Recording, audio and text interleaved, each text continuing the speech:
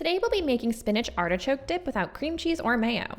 For this recipe, you'll need raw unsalted cashews, shallot, garlic, full leaf spinach, flour, canned artichoke hearts, unsweetened cashew milk, miso paste, nutritional yeast flakes, and lemon. And if you're new here, I'm Maggie. This is No Frills Kitchen, where I teach you how to cook with confidence with nothing fancy required. First off, we need to make the cream substitute that will give this dip a very luscious texture, cashew cream. At least an hour before cooking, cover some raw unsalted cashews with boiling water and allow them to soften. You can also soak them overnight in cold water, but I rarely have the foresight to do this. Once they're softened, drain the soaking water off and add to a blender with a bit of fresh, cool water. Blend on high for a couple of minutes, scraping down the sides if necessary until the cashews are creamy and smooth and no lumps remain. I'm making more cashew cream than is called for in the recipe linked in the description because it can be used in an array of different applications where you would typically use cream. It keeps well in the fridge, so I always make a bit extra. If you're a fan of efficient meal prepping, then make sure to give this video a thumbs up. Now it's time to make the dip itself. Start by adding a finely chopped shallot and some garlic along with a generous pinch of salt to a large saucepan with some olive oil. Sauté over medium heat until the shallot is softened and translucent, about 2 minutes or so.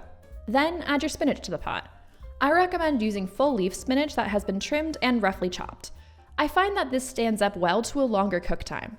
However, you can also use baby spinach if that's all you have. Cook the spinach until it's shrunk and wilted. You may need to work in batches if your pot isn't big enough. Once it's wilted, sprinkle over a bit of flour along with some miso paste. The miso will add a salty, umami, cheesy flavor that's great when you're not using any cheese or dairy in the dip itself.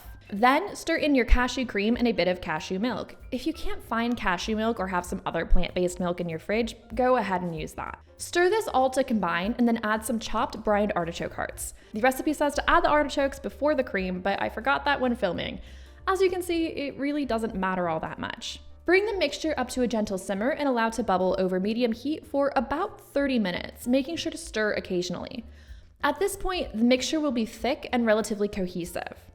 Once you get to this stage, take the dip off the heat and transfer it to a bowl of the food processor. Add some nutritional yeast flakes. This again adds a level of cheesiness that you get without any dairy, along with a squeeze of fresh lemon juice for a bit of brightness. Pulse the dip a few times. You want it to be chunky, but you also want to ensure that the dip is broken up enough to be easily dippable on some chips or toast. And at this point, if you want to make the dip ahead of time, you can transfer it to an airtight container and refrigerate it for several days before moving on to the next step. Now, transfer your dip to an oven-safe dish and pop it into a preheated 230C 450F oven and bake for about 15 minutes or until it's bubbling and browned along the edges. Allow the dip to cool for about 5 to 10 minutes before serving, unless you want to burn the roof of your mouth. And that's it. If you liked this recipe, make sure to hit the subscribe button so you don't miss my next videos. Enjoy!